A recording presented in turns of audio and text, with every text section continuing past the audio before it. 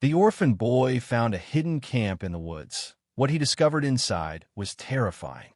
Sometimes a child walks into winter with nothing but hope folded in his pocket. Maybe you've seen him. Thin shoulders against the wind, boots too big, eyes that know more than they should. This boy had a name once, but the world had forgotten it. So he walked, and the snow remembered his footsteps instead. The forest waited ahead, dark pines standing like patient guardians. Behind him, the town had closed its doors. The foster home, the third one, had been colder inside than the December air. So he'd left before dawn, carrying only a backpack with a torn strap, a photograph of his mother creased down the middle, and half a loaf of bread wrapped in newspaper. His breath came out in clouds. The cold bit through his jacket, a donation bin fined, blue and fraying at the cuffs. But cold was familiar. Cold was honest. It didn't pretend to care and then forget you existed. He walked along the old logging road where trucks hadn't passed in years. Ice pooled in the ruts. The trees grew thicker, their branches heavy with snow that hadn't melted since November. Somewhere a crow called out, sharp and lonely. The boy looked up, and for a moment he wondered if birds got cold too, or if they just learned to keep flying. His stomach cramped. He'd eaten the last piece of bread that morning, shared half with a stray dog near the gas station. The dog had wagged its tail. The boy had smiled, really smiled for the first time in weeks. Then the dog had run off, and the boy had kept walking. The light was failing now. Shadows stretched long between the trees. He needed shelter, needed warmth, needed something more than the nothing he'd been given all his life. That's when he saw it. A break in the tree line, not a clearing. Exactly. More like a gap where the forest held its breath. And there, barely visible through the snow-laden branches, a thin ribbon of smoke rising into the gray sky. Smoke meant fire. Fire meant people. People meant, well, the boy wasn't sure what people meant anymore. But cold was certain, and hunger was certain, and the smoke was there, real as his own heartbeat. He adjusted the backpack on his shoulders and stepped off the logging road, into the deeper woods where the snow lay untouched and perfect. His boots broke through the crust with each step, a soft crunch that sounded too loud in the stillness. The boy pulled his mother's photograph from his pocket. Her face was faded, the edges soft from being held too many times. She looked young in the picture, younger than he could remember her being. She was smiling. "I'm still looking," he whispered to her image, his words barely more than breath. "I'm still trying." He put the photograph back carefully, close to his heart, and walked toward the smoke. The forest grew denser. The light grew dimmer. And somewhere ahead, in a place the world had forgotten, something was waiting. The smoke disappeared and reappeared between the trees like a secret the forest wasn't ready to tell. The boy followed it anyway, because following was what he knew how to do. Follow the rules. Follow the caseworker. Follow the hope that someday, somewhere, something would be different. But this was different already. The forest here felt older, untouched. No beer cans rusting in the underbrush. No shotgun shells scattered like seeds. Just snow and bark and silence, so complete it made his ears ring. Then he saw the first mark. It was carved into a pine tree at eye level. His eye level, not an adult's. A simple X, cut deep enough to show pale wood beneath the bark. He stopped and touched it. The edges were rough but deliberate. Someone had made this mark on purpose. Someone had wanted it to be found. 20 yards ahead, another tree bore the same mark.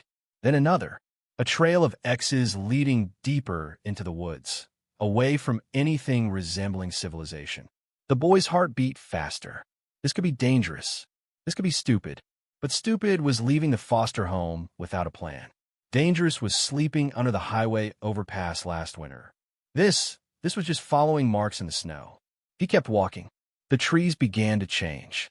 These were older growth, their trunks thick and scarred.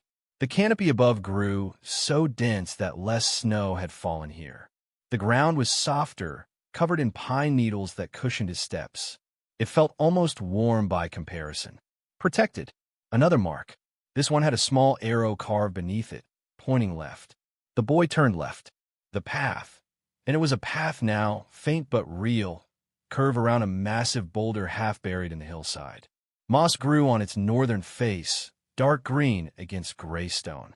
The boy ran his hand along it as he passed. It felt solid, ancient, like it had been holding up this part of the world since before anyone thought to carve X's into trees. The smoke smell grew stronger. Wood smoke, rich and resinous. Pine or cedar burning. The kind of smell that meant someone knew what they were doing with fire. Not just survival knowledge. He climbed a small rise, boots slipping on hidden ice beneath the needles. At the top, he paused to catch his breath. His stomach cramped again, tighter this time. The bread was long gone. The last real meal had been, when? 2 days ago. 3. Below him the land dipped into a small valley, cupped between hills like hands holding water. And there, barely visible through the last screen of trees, he saw them. Structures. Not cabins exactly. More like a collection of shelters built low to the ground. Their roofs covered with branches and snow, camouflaged so well they seemed to grow from the forest itself. He counted 3, no, 4, and what might have been a 5th partially hidden behind a stand of spruce. The smoke rose from the largest structure, curling up through a metal pipe that poked through the layered branches of its roof. The boy's throat tightened. Someone lived here. Someone had made a home in this forgotten place, so far from roads and people that the world itself seemed to have forgotten it existed. He should leave, should turn around and find the logging road again. But his legs wouldn't move. His eyes stayed fixed on that smoke, that promise of warmth. And something else. Something he couldn't name, but felt deep in his chest. A pull. A recognition. Like maybe, just maybe, he'd been walking toward this place his whole life. He descended into the valley, moving carefully now, quietly. The marks on the trees continued, guiding him down a path that switched back and forth across the slope. Whoever made this trail knew these woods, knew how to move through them without leaving scars.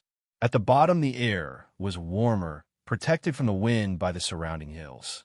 The boy could hear water now, a creek running somewhere nearby, its voice muffled by ice and distance. He stepped into the small clearing where the structures stood. Up close, they were even stranger. Built from salvaged wood, stones, pieces of metal that might have once been something else entirely. But built with care, with purpose. The spaces between logs were chinked with mud and moss. The roofs layered so precisely that no snow had collapsed them.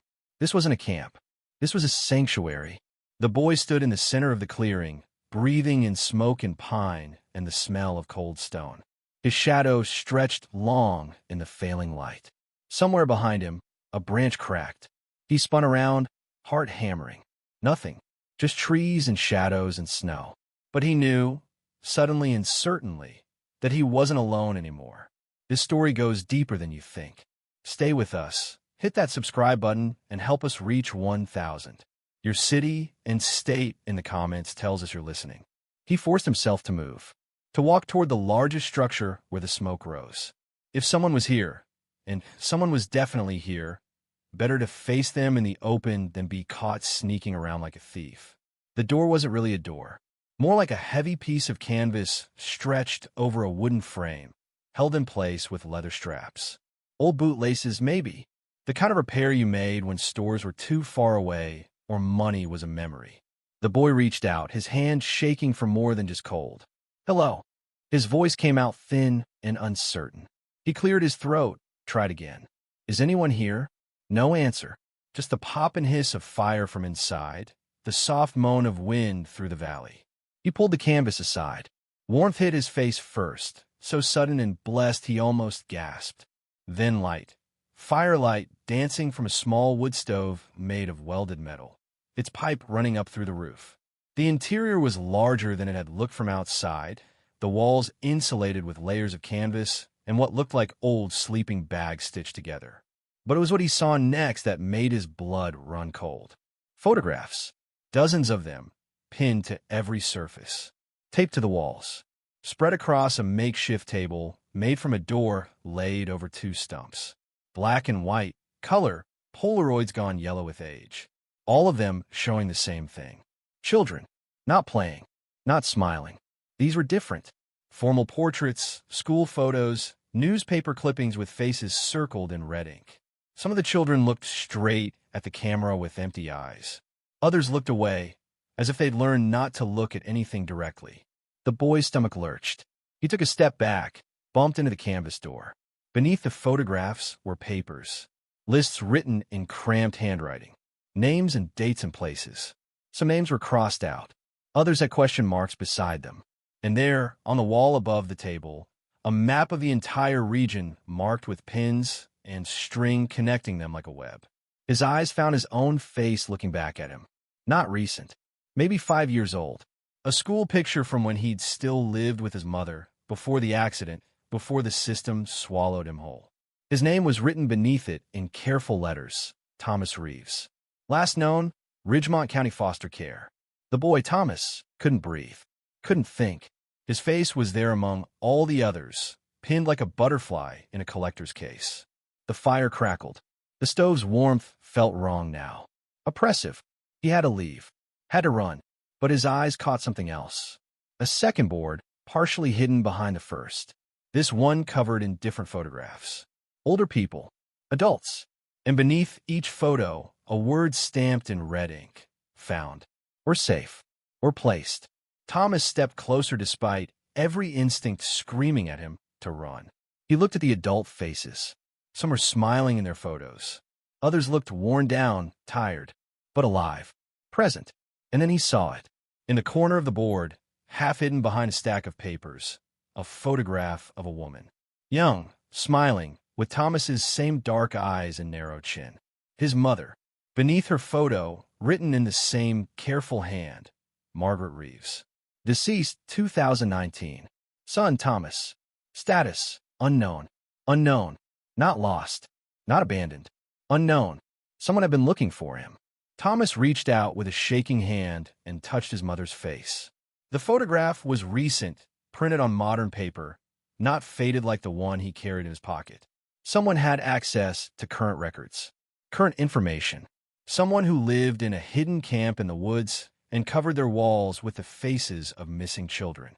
The canvas door rustled behind him. Thomas spun around, his heart in his throat. A shadow filled the doorway, backlit by the failing daylight. Tall, broad-shouldered, the silhouette of a man who'd learned to move quietly through the world. You found it, the shadow said. His voice was rough and used as speaking. I've been waiting for you, Thomas. The boy backed against the wall of photographs, his breath coming in short gasps. The man stepped inside, and the firelight caught his face. Don't stop now. This is where everything changes. Subscribe, hit like, and tell us where you're watching from. We need 1,000 of you to see where this goes. The man's face was a map of damage. A scar ran from his left temple down to his jaw, pulling the corner of his mouth into a permanent half-grimace. His right eye was clouded, the color washed out like old denim. But his left eye was sharp and dark and infinitely sad. He wore layers, canvas jacket over flannel over thermal, all of it patched and faded. His beard was shot through with gray despite the fact that he couldn't have been more than 40. His hands, when he raised them slowly in a gesture of peace, were scarred across the knuckles. Easy, the man said, not moving closer. I'm not going to hurt you. Thomas pressed himself against the wall, surrounded by the faces of missing children. His missing face. Who are you? The words came out strangled. The man lowered his hands slowly. My name's Garrett. He paused, as if testing whether the name still fit him. Garrett Cole. I am a veteran. Army. Served 3 tours before. He gestured vaguely at his face, his clouded eye.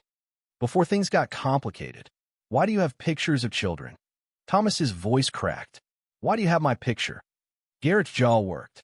He looked around the cabin as if seeing it through Thomas's eyes. The photographs, the lists, the map with its web of string and pins. What must it look like to a child who'd stumbled into it alone? This isn't what you think, Garrett said quietly. I'm not. Jesus, kid, I'm not some predator. I'm trying to help. Help. Thomas's laugh came out high and broken. You're hiding the woods with walls covered in missing kids. Not missing. Garrett's voice sharpened. Found. We're trying to be found. Every child on those walls. He stopped, took a breath, started again. I was military police. Did you know that? Before combat. Before everything. I processed paperwork for foster care placements on bases. Saw how kids fell through the cracks when their parents deployed, when families broke apart. He moved slowly to the table, keeping his distance from Thomas. Picked up a folder with gentle hands.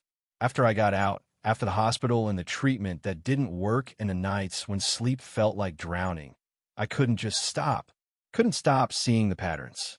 Kids who disappeared from the system. Names that got changed or lost. Families who tried to find children and couldn't because the paperwork was wrong or incomplete or just gone. Thomas's breathing slowed slightly. His back was still against the wall, but he was listening. Garrett opened the folder. Inside were documents, official-looking papers covered in stamps and signatures. I started researching, using skills I learned in the military. Found databases that were supposed to be secure but weren't. Started matching names to faces to locations. He looked at Thomas directly. Started trying to fix what the system broke. "My mother," Thomas whispered. "You have her picture." Garrett's expression softened into something that might have been grief. "Your mother contacted me 2 months before she died. Found me through a forum for parents searching for information. She was sick, cancer, advanced, and she knew she didn't have much time. She wanted to make sure someone would keep looking for you after she was gone. Make sure you were safe." The cabin seemed to tilt. Thomas felt dizzy, his legs weak. "She was terrified you'd be lost in the system," Garrett continued softly. "That you'd age out without family, without anyone who knew your name. So she asked me to watch, to track, to be ready if you needed help." "But why here?" Thomas gestured at the hidden camp. "Why live like this?" Garrett was quiet for a long moment. Outside, wind moved through the valley, a sound like breathing. "Because I couldn't live out there anymore," he finally said. Crowds felt like combat. Noise felt like explosions. People felt dangerous. But I couldn't stop caring either. Couldn't stop trying to help. So I found this place, government land, forgotten, too remote for anyone to bother with. Built somewhere I could live and still do the work. Still honor the promise I made to your mother. He pulled a photograph from the folder and held it out. Not the one on the wall. A different one. Thomas took it with shaking hands. It showed his mother sitting in a hospital bed, thin and tired but smiling. She was holding a piece of paper up to the camera. In her handwriting, "Thank you for watching over my boy." Margaret Thomas's vision blurred. The photograph trembled in his grip. "I've been tracking you through the foster system," Garrett said. "Checking on you. Making sure you were placed somewhere safe.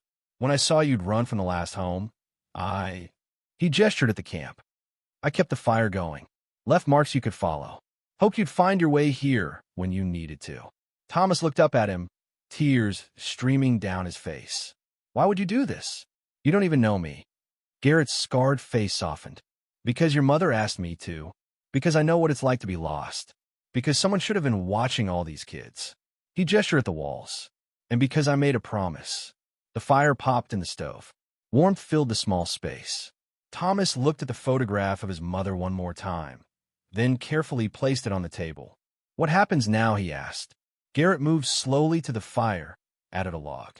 The flames caught and grew. "Now," he said, "you eat something, rest, get warm. Then we figure out together what comes next." "But Thomas," he turned to look at the boy, "you're not alone anymore. You understand? Whatever happens, you're not alone."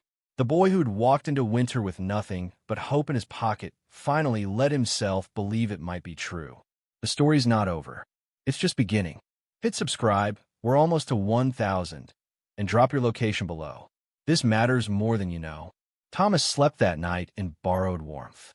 Garrett had given him a sleeping bag that smelled of cedar and wood smoke, placed by the stove where heat radiated through the metal sides. The boy had tried to stay awake, tried to keep his eyes open and his guard up, but exhaustion won. He fell into sleep like falling into water, deep and dreamless. He woke to the sound of a harmonica. The notes were slow and mournful, a melody that felt older than the mountains outside. Thomas opened his eyes to find gray morning light filtering through the gaps in the canvas walls. The fire had been rebuilt. Coffee was boiling in a dented pot on the stove, its bitter smell mixing with the sweetness of frying cornbread. Garrett sat by the door, the harmonica pressed to his scarred lips, his good eye closed. He played like a man who'd forgotten anyone was listening. The song was sad but not hopeless. More like a memory of sadness, smoothed by time into something bearable. When the song ended, Garrett opened his eye and saw Thomas watching. "Morning," he said simply. "You hungry?" Thomas nodded, sitting up. His body ached from the previous day's walking, his legs stiff and sore. Garrett pulled the cornbread from a cast-iron skillet and divided it onto 2 tin plates. He added something from a jar, apple butter, dark and thick, and handed Thomas a fork. "Not much," Garrett said, "but it'll hold you." They ate in silence. The cornbread was dense and good, still warm. The apple butter tasted of autumn and cinnamon. Thomas ate slowly, making it last, trying not to think about when he'd eat again. "What do you do here?" Thomas asked finally. "All day, I mean." Garrett considered the question while he chewed. "Work," he said. "Chop wood, maintain the structures, check the traps for rabbits, melt snow for water. In summer there's a garden. Not much grows at this altitude, but potatoes do okay. Cabbage, carrots if you're lucky." He poured coffee into 2 enamel mugs, handed one to Thomas. The boy had never really drunk coffee before, but he took it and sipped carefully. It was strong and bitter and made him feel more awake. "And the research," Garrett continued. 3 times a week I hike to a spot on the ridge where there's cell signal. Download information, check databases, update the boards. Look for the ones who are still lost." "Have you found many?" Thomas asked. "Some." Garrett's expression was distant. 15 in the last 3 years. Match them with relatives who'd been searching. Connected dots the system had missed. One girl, 8 years old, had been placed under the wrong name. Her grandmother had been looking for her for 2 years. When they reunited, he trailed off, looking at his coffee. That one was good. Thomas thought about the walls of photographs. The faces. The names. What about the ones you can't find? "I keep looking," Garrett said simply. "That's all anyone can do."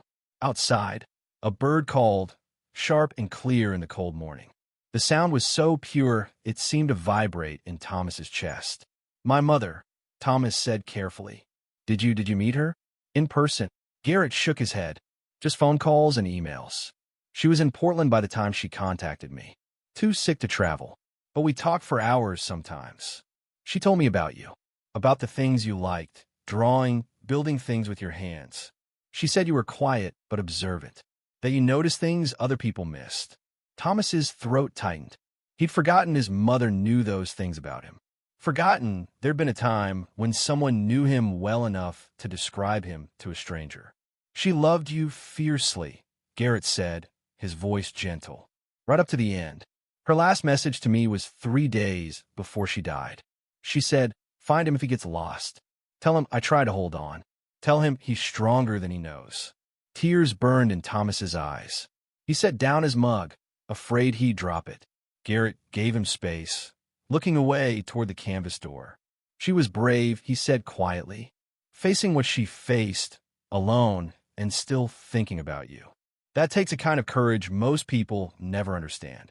They sat in silence while the fire crackled and the morning brightened outside. Thomas let the tears come, didn't try to stop them. Garrett played another song on the harmonica, softer this time, something that sounded like a lullaby. When Thomas finally spoke, his voice was steadier. "What happens to me now?" Garrett set down the harmonica. "That depends. The system will be looking for you eventually. They might have started already. We have options, but none of them are simple." "What kind of options?" "I have a contact," Garrett said. "Woman named Sarah Chun. She's a social worker. One of the good ones. She helped me reunite some of the other children. She knows how to navigate the system, how to find placements that actually work. If you want, I can reach out to her. See if there's family you don't know about. Cousins, distant relatives.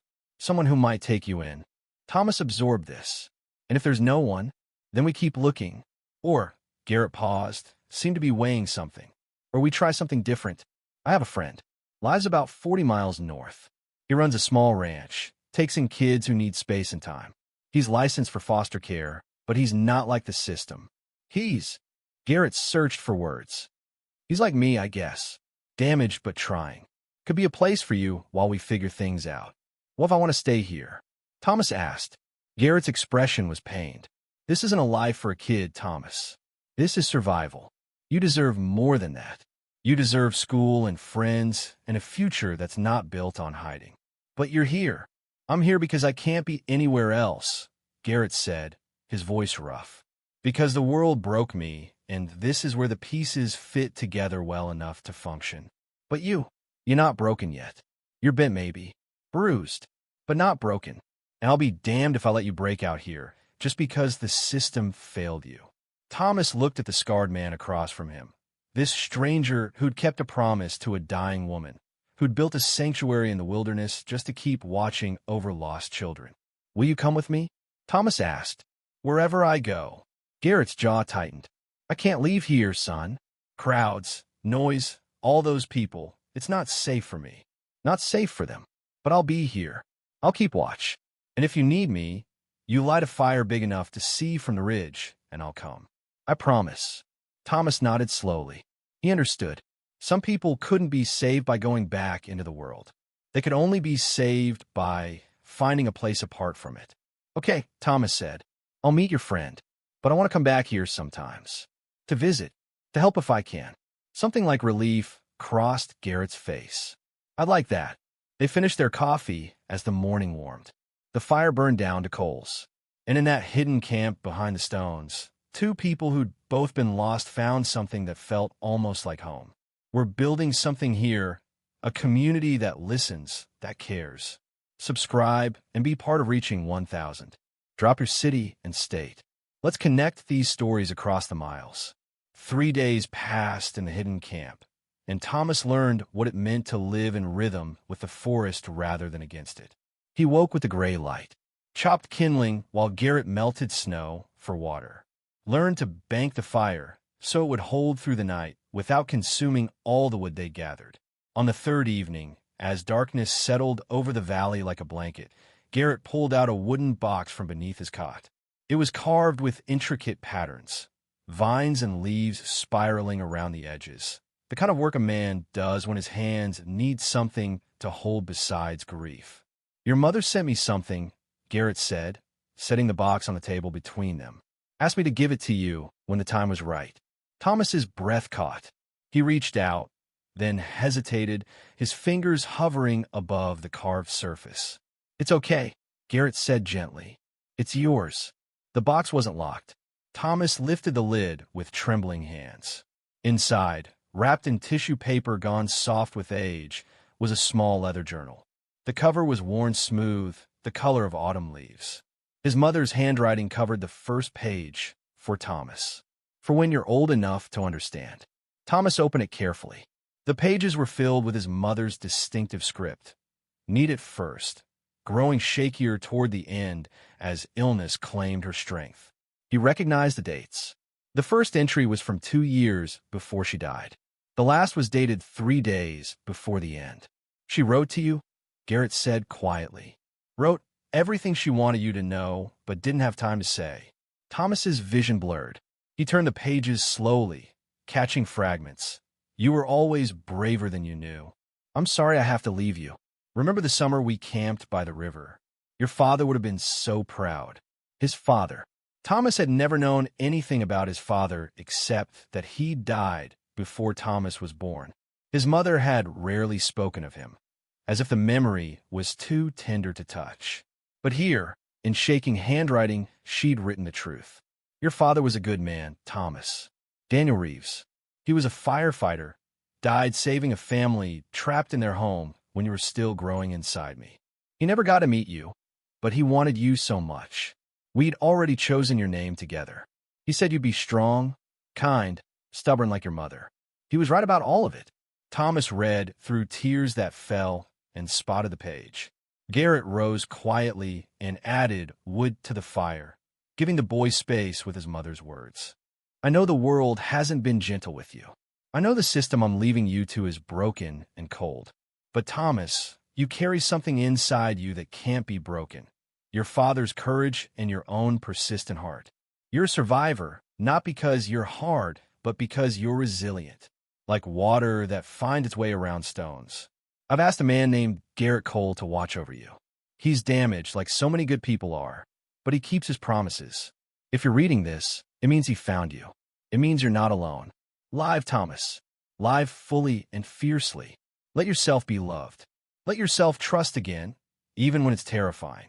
The world has goodness in it still.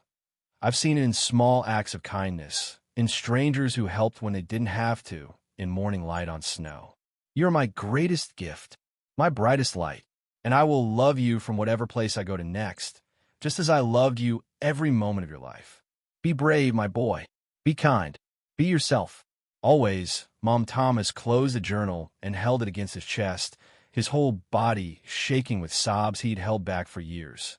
Garrett moved closer, placed a hand on the boy's shoulder, steady and warm and asking nothing. She loved you well, Garrett said, his scarred voice gentle. That's a rare thing, something to build on. Thomas nodded, unable to speak. They sat together while the fire burned low and the night deepened outside. The wind moved through the valley, carrying the scent of pine and snow and something else, something like possibility. Finally, Thomas wiped his face and looked up at Garrett. Tell me about your friend, the one with the ranch. Garrett settled back, his good, eye-reflecting firelight. His name is Joseph Whitmore. Goes by Joe. He was a medic in my unit, saved my life twice, actually. Once in Kandahar, when I took shrapnel, and once later, stateside, when I'd given up on living. He paused, choosing his words carefully. Joe bought land up in Montana after he got out. 50 acres backing up to national forest. Built a house with his own hands. Took him 3 years, but he did it right. Started taking in kids about 5 years ago. Foster kids mostly, the ones who don't fit the mold. The angry ones, the traumatized ones. Kids who need space more than they need therapy. What's it like? Thomas asked. Honest, Garrett said. Joe's got horses, nothing fancy, just good sturdy ranch horses that need care and give it back. Kids learn to work with them, learn responsibility without being preached at. There's chores, but they make sense. Feed the animals, mend fences, help with the garden. It's not some therapeutic program with counselors watching every move. It's just life. Simple and hard and real. Thomas thought about this. Does he know about me? I called him yesterday from the ridge, Garrett said. Told him about you, about your mother. He said he has space. Said you could stay as long as you need. Weeks, months, years. However long it takes to figure out what comes next. And school. There's a small school in town, about 15 miles from the ranch. Joe drives the kids in 3 times a week, homeschools the other days. It's not traditional, but the state allows it because his outcomes are good. Kids who are failing in regular schools start learning again when they're not sitting in fluorescent classrooms surrounded by triggers. Thomas ran his fingers over the journal's leather cover. When would I go? Joe can pick you up in 3 days, Garrett said. Gives you time here. Time to rest, to think. Time to decide if this is what you want. What if I don't fit there either? Thomas's voice was small. Garrett leaned forward, his scarred face serious. Then Joe will help you find somewhere you do fit. And I'll keep watching. Keep checking. You're not being abandoned, Thomas. You're being given options. That's a different thing. Outside, an owl called, low and mournful. The sound seemed to carry across the whole valley, a question asked of the darkness. I want to try, Thomas said finally. I want to meet him. Garrett nodded, something like relief crossing his face. Good. That's good. He rose and rummaged in a canvas bag hanging from the wall, pulled out a new notebook and a pencil. Set them on the table beside the journal. Your mother wrote to you, Garrett said. Maybe you want to write back. Not to send anywhere, just to put words down. Sometimes that helps. Thomas picked up the pencil, felt its weight in his hand. Yeah, he said softly. Maybe I will. That night, while Garrett slept and the fire burned down to embers, Thomas opened a new notebook and began to write. Not to his mother exactly, but to the version of himself who might read these words someday and need to remember. I found a place today where someone kept a promise, where a stranger cared because caring mattered more than being comfortable. I don't know what comes next, but I know this. I'm not invisible anymore. Someone saw me. Someone watched. Maybe that's enough to start from. He closed the notebook and set it beside his mother's journal. 2 records now. 2 voices across time. The fire's last embers glowed like distant stars. Thomas pulled the sleeping bag close and let himself imagine tomorrow. Not with fear this time, but with something that felt dangerously close to hope. This story isn't just entertainment. It's a reminder that someone's always watching, always caring. Subscribe. Help us reach 1,000. And tell us where you are. Your city, your state. Let's build this together. The morning Joe Whitmore arrived, the sky was clear and painfully blue. Thomas had been awake since before dawn, his belongings, such as they were, packed in the old backpack. The journal and notebook were wrapped carefully in his spare shirt. His mother's photograph tucked in his jacket pocket, close to his heart. Garrett made breakfast in silence. Oatmeal with dried berries and a drizzle of honey from a jar he'd been saving. Coffee for both of them, though Thomas's was cut with melted snow to make it mild. They ate slowly, neither wanting to rush toward goodbye. You remember how to find your way back? Garrett asked. Thomas nodded. Follow the creek downstream to the boulder, then look for the marked trees. The X's lead back to the logging road. And if you need me, big fire on the ridge. You'll see the smoke. Garrett's mouth twitched, not quite a smile, but close. You're a quick study. The sound of an engine reached them then, distant but growing closer. A truck laboring up the logging road, its four-wheel drive grinding over ice and ruts. Thomas's stomach tightened. That's him, Garrett said. He stood, adjusted his jacket, and looked at Thomas with his one good eye. You ready?